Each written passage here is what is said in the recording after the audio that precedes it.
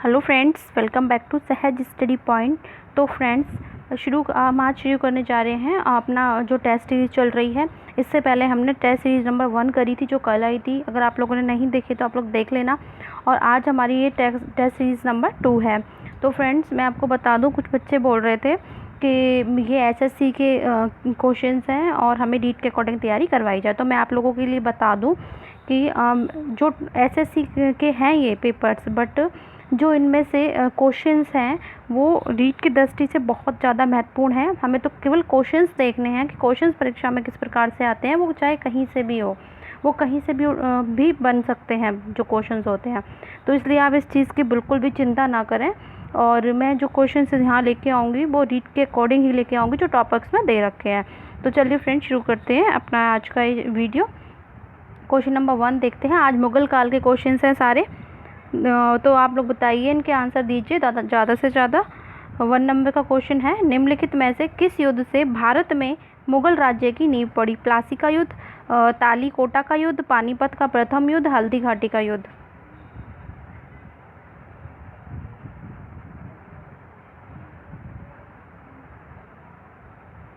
तो देखिए फ्रेंड्स, इसका आंसर होगा सी, यानी कि पानीपत का युद्ध।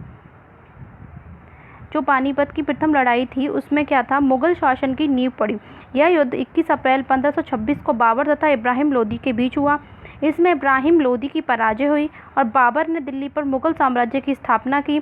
इस युद्ध में बाबर ने पहली बार प्रसिद्ध जो है तुगलकामा जो है पद्धति युद्ध नीति का प्रयोग किया। ये भी बहुत इंपॉर्टेंट है।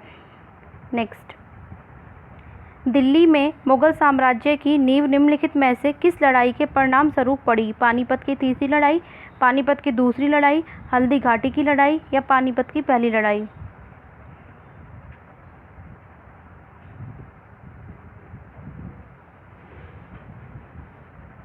इसका आंसर देखिए डी वाला होगा, यानी कि पानीपत की पहली लड़ाई। नेक्स्ट को देखते हैं। भारत में मुगल सत्ता की स्थापना किस लड़ाई के बाद हुई? तराइन की पहली लड़ाई, तराइन की दूसरी लड़ाई, पानीपत की पहली लड़ाई या पानीपत की दूसरी लड़ाई?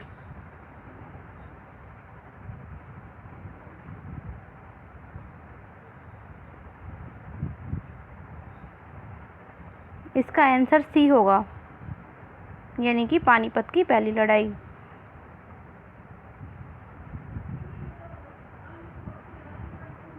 नेक्स्ट क्वेश्चन नंबर 4 है, निम्नलिखित में से किसका अपने समकालीन जो मुगल बादशाह है उसके साथ जो इसमें से जो मिलान है वो गलत हुआ है? देखिए, राणा सांगा के सामने बाबर दे रखा है, पृथ्वीराज चौहान के सामने अकबर, जुझार सिंह के सामने शाहजहां, जसवंत सिंह के सामने औरंगजेब।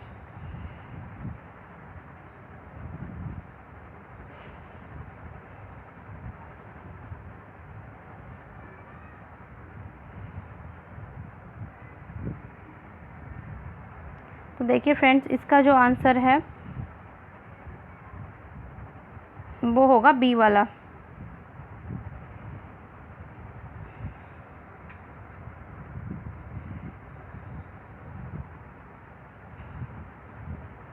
देखिए, पृथ्वीराज चौहान 12वीं शताब्दी का शासक था जिसने मोहम्मद गौरी से तराइन के 2 युद्ध लड़े थे। अतः जो बी वाला है ना वो सम्मिलित नहीं है। और नेक्स्ट आगे देखते हैं 5 वाला क्वेश्चन। किस मुगल शासक ने भारत की वनस्पतियों और प्राणी जगत, ऋतुओं और फलों का विशद विवरण अपने दैनंदिन जो डायरी है उसमें दिया है? अकबर, जहांगीर, बाबर, औरंगजेब।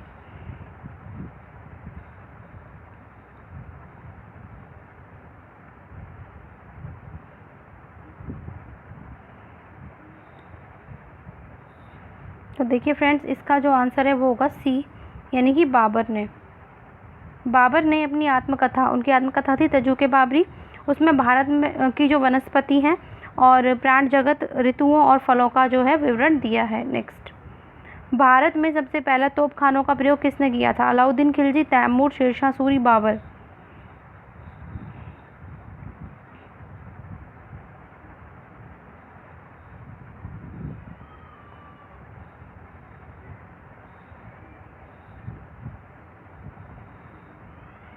तो देखिए फ्रेंड्स, इसका आंसर होगा डी, यानी कि बाबर। भारत में सबसे पहले तोपखाने का प्रयोग बाबर ने किया। बाबर ने मुगल वंश की स्थापना की थी। बाबर को भारत पर आक्रमण करने का जो है निमंत्रण पंजाब के शासक दौलत खां और जो लोधी एवं मेवाड़ के शासक राणा सांगा ने दिया था। बाबर ने भारत पर 5 बार आक्रमण किया और बाबर को जो है मुबैया नामक जो पद्य शैली है उसका जन्मदाता माना जाता है। तो ये बहुत इंपॉर्टेंट है, जो मुबैया नामक पद्य शैली है उसका क्या है, जन्मदाता माना जाता है। और इसे कलंदर की उपाधि दी गई है। कई बार जो उपाधि वगैरह है ये पूछ ली जाती हैं, तो इनको जो है कौन सी उपाधि मिली, कलंदर की उपाधि मिली। तो फ्रेंड्स आपको ये क्वेश्चंस तो मिल ही रहे हैं, उसके साथ जो ये उसका डिस्क्रिप्शन है यानी व्याख्या मिल रही है। तो इससे क्या हो रहा है कि आपको जो है और भी अनेक क्वेश्चंस हैं वो देखने को मिल रहे हैं। नेक्स्ट, खानवा के युद्ध में बाबर द्वारा पराजित किया जाने वाला राजपूत राजा था। राणा सांगा, रुद्रदेव, उदय सिंह, राणा प्रताप सिंह।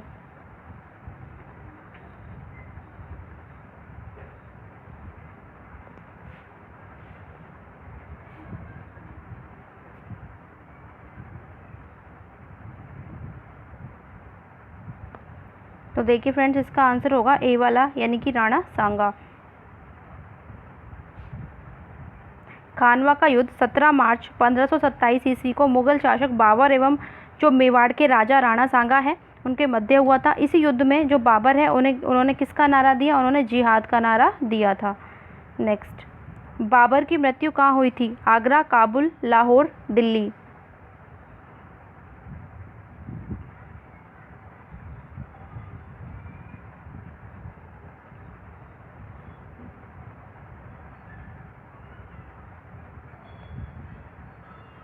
तो देखिए फ्रेंड्स जो बाबर है इसकी मृत्यु जो है आगरा में हुई थी। नेक्स्ट,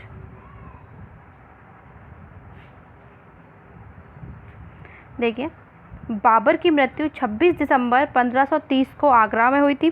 प्रारंभ में उसे नूर अफगान यानी आधुनिक आराम बाग में दफनाया गया था, परंतु बाद में उसे काबुल में उसी के द्वारा चुने गए स्थान पर दफनाया गया।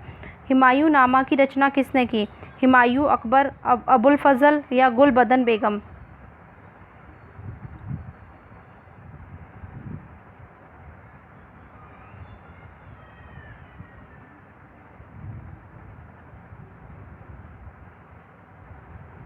तो देखिए फ्रेंड्स इसका जो आंसर है वो होगा डी यानी कि गुलबदन बेगम ने की थी। हुमायूं नामा की रचना हुमायूं की बहन जो गुलबदन बेगम है उन्होंने की थी।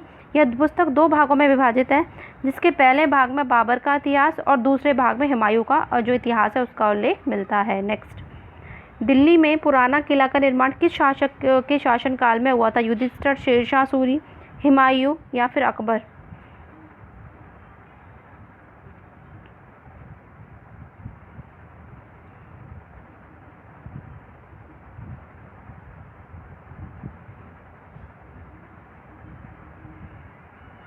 तो देखिए फ्रेंड्स इसका जो आंसर है वो सी वाला होगा, हुमायूं।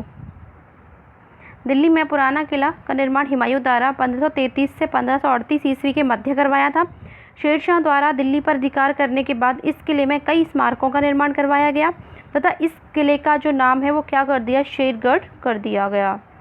नेक्स्ट, हुमायूं को किस लड़ाई में पराजय के बाद भारत से भागना पड़ा था, खानवा, कन्नौज, पानीपत, गोगरा।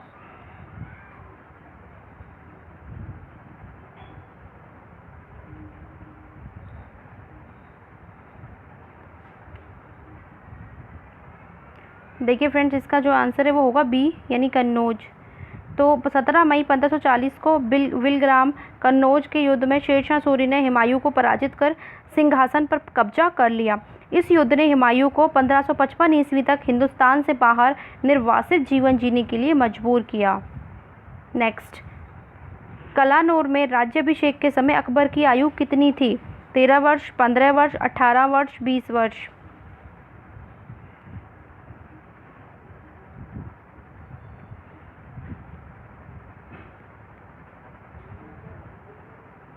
तो देखिए फ्रेंड्स इसका जो आंसर है वो होगा ए यानी कि जब वो कितने वर्ष के थे, वो 13 वर्ष के थे।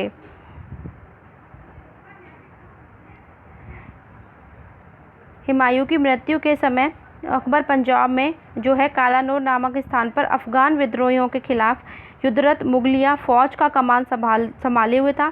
कालानौर में ही मात्र 13 साल 4 महीने की उम्र में उसके सिर पर मुगलिया वंश का ताज रख दिया गया। नेक्स्ट, सती प्रथा को निरुत्साहित करने वाला मुगल सम्राट था, बाबर, हुमायूं, अकबर या जहांगीर?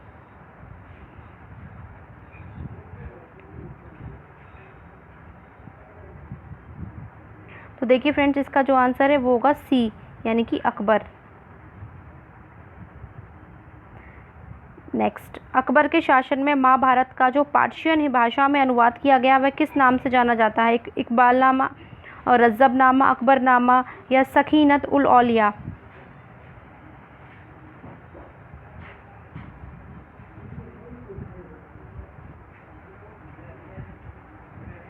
तो देखिए फ्रेंड्स, इसका जो आंसर है वो होगा बी, यानी कि रज़्ज़बनामा।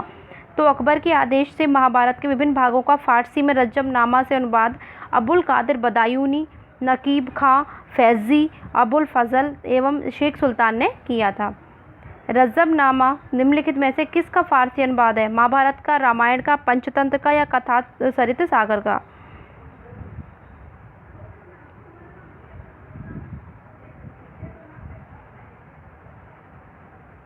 तो देखिए फ्रेंड्स, इसका जो आंसर है वो होगा ए, यानी कि महाभारत का। नेक्स्ट, रामायण का अनुवाद फारसी में किसने किया था? अबुल फजल बदायूनी, अबुल लतीफ़ या ईश्वर दास?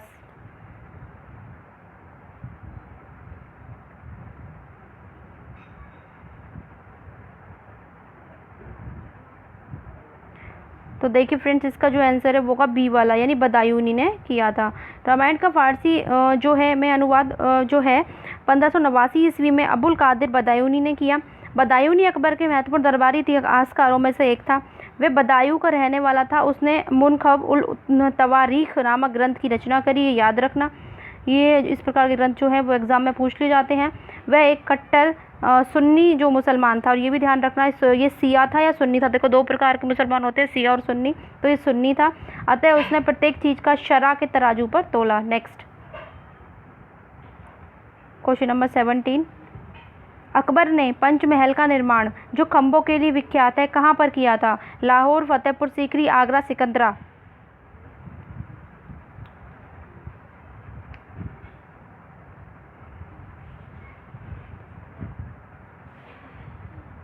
तो देखिए फ्रेंड्स, इसका आंसर होगा बी, यानी कि फतेहपुर सीकरी में उन्होंने पंचमहल का निर्माण किया।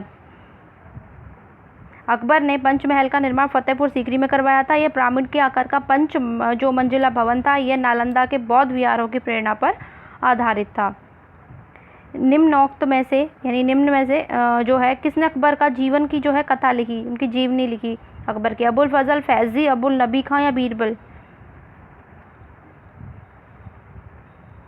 तो देखिए फ्रेंड्स, इसका जो आंसर है वो होगा ए वाला, अबुल फजल ने जो है इनकी जीवनी लिखी। किसकी? अकबर की। अबुल फजल जो है मुगल सम्राट अकबर के प्रधानमंत्री एवं उनके दरबारी जो 9 रत्न थे उनमें से एक थे। इन्होंने अकबरनामा नामक पुस्तक की रचना करी है।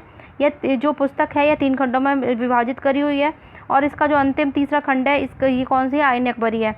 और अबुल फजल ने पंचतंत्र का जो अनुवाद है वो जो फारसी अनुवाद है वो किसमें? अनवार ए सुहेली के नाम से किया है। ये भी ध्यान रखना, पूछ लिया जाता है एग्जाम्स में। 19 क्वेश्चन है अपना, सुप्रसिद्ध संगीतज्ञ द्वैत तानसेन और बेजू बारवा किसके शासनकाल में सुविख्यात थे? जहांगीर, बहादुर शाह जफर, अकबर या शाहजहां?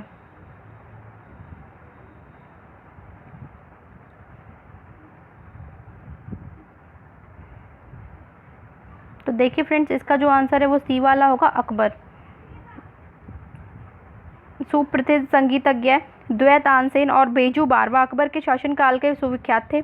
इन्होंने क्या किया? सीता की जो शिक्षा है, संगीत की जो शिक्षा है उसको स्वामी हरिदास से ग्रहण इन्होंने जो संगीत की शिक्षा है किससे ग्रहण करी? स्वामी हरिदास से ग्रहण करी। और अकबर जो है, अकबर ने तानसेन को कंठाभरण वाणी विलास की उपाधि से सम्मानित किया। तानसेन की जो प्रमुख कृतियां हैं वो थी मियारी टोडी, मियाँ की मल्हार, मियाँ की सारंग। ये भी याद रखना तीनों।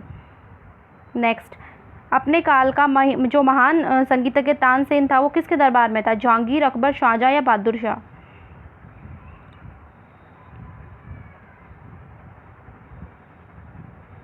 तो देखिए फ्रेंड्स, इसका जो आंसर है वो होगा बी, यानी कि अकबर। नेक्स्ट देखते हैं क्वेश्चन नंबर 21, वह प्रसिद्ध जैन विद्वान कौन था जिसका जो है अवतार अकबर जो है वो बहुत सम्मान करता था? वह प्रसिद्ध जैन जो है विद्वान कौन था जिसका अकबर बहुत सम्मान करता था? हेमचंद्र, हरिविजय, वस्तुपाल या भद्रबाहु?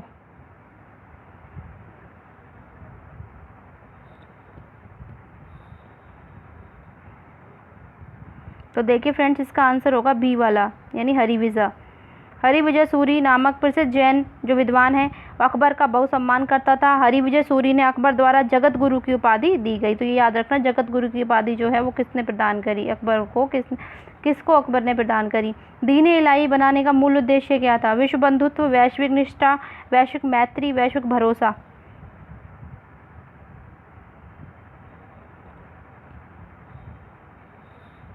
तो देखिए फ्रेंड, इसका जो आंसर है वो ए वाला होगा, यानी विश्व बंधुत्व। दीन इलाही बनाने का मूल उद्देश्य क्या था? विश्व बंधुत्व था। आईने अकबरी पुस्तक का लेखक कौन है? अकबर, अबुल फजल, फिरदौसी या जहांगीर?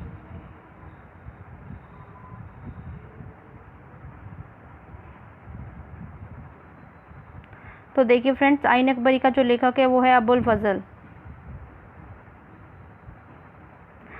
अकबर के दरबारी इतिहासकार अबुल फजल ने अकबर की प्रेरणा से जो है अकबरनामा नामक जो ग्रंथ है उसकी रचना करी। यह ग्रंथ 3 खंडों में व्यक्त है और आईन अकबरी इसी ग्रंथ का जो है तीसरा खंड है। अकबरनामा किसने लिखा है?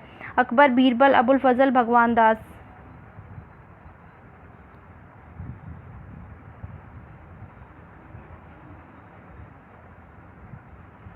तो देखिए फ्रेंड्स, इसका जो आंसर है वो सी वाला होगा, अबुल फजल। हल्दी घाटी की लड़ाई किन के बीच लड़ी गई? अकबर और राणा संग्राम सिंह, अकबर और मेदिनी राय, अकबर और राणा प्रताप सिंह, अकबर और उदय सिंह?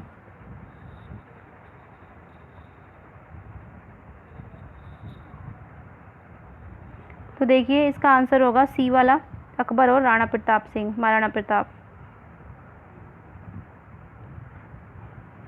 हल्दी घाटी की जो प्रसिद्ध लड़ाई है वो कब लड़ी गई? 1576 ईस्वी में मेवाड़ के शासक राणा प्रताप और अकबर की सेनाओं के मध्य हुई थी। और इस युद्ध में जो मुगल सेना थी उसका नेतृत्व मान सिंह ने किया और आसफ खान ने। और इसका जो परिणाम है मुगल सेना के पक्ष में रहा तथा राणा प्रताप को स्वयं को सुरक्षित रखने हेतु समीप की पहाड़ियों में शरण लेनी पड़ी थी। 26 क्वेश्चन, गुजरात विजय की यादगार स्वरूप अकबर ने निम्नलिखित में से किसका निर्माण करवाया था? बड़ा इमाम बाड़ा, बुलंद दरवाज़ा, जामा मस्जिद, सिद्दी बशीर?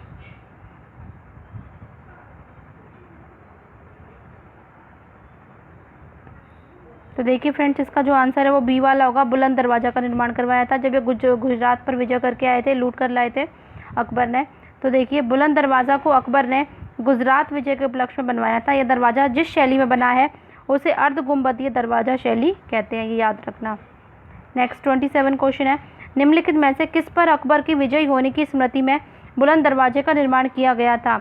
मालवा, डेक्कन, बंगाल, गुजरात?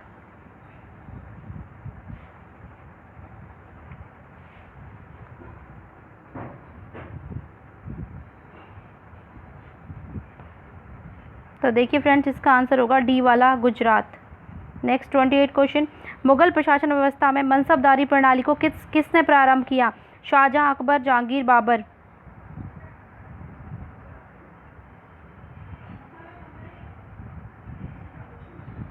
तो देखिए फ्रेंड्स, इसका आंसर होगा बी वाला, अकबर ने जो है वो शुरू किया था।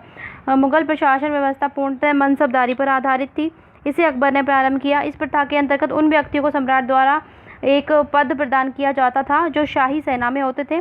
दिए जाने वाले पद को मनसब और ग्रहण करने वाले को मनसबदार कहा जाता था। अकबर की मनसबदारी जो व्यवस्था थी उसमें मंगोल के चंगेज खां की दशमलव प्रणाली पर आधारित थी। नेक्स्ट 29 क्वेश्चन, मनसबदारी प्रणाली किसने आरंभ करी? Akbar, Shahjahan, Jahangir, Babar?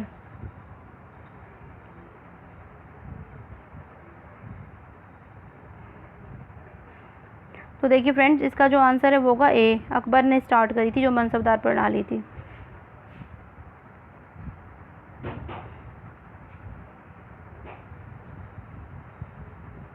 Next and last question है अपना 30 नंबर का क्वेश्चन है, निम्न में से किसने मनसबदारी व्यवस्था का सूत्रपात किया था? शाहजहां, शेरशाह, अकबर, जहांगीर?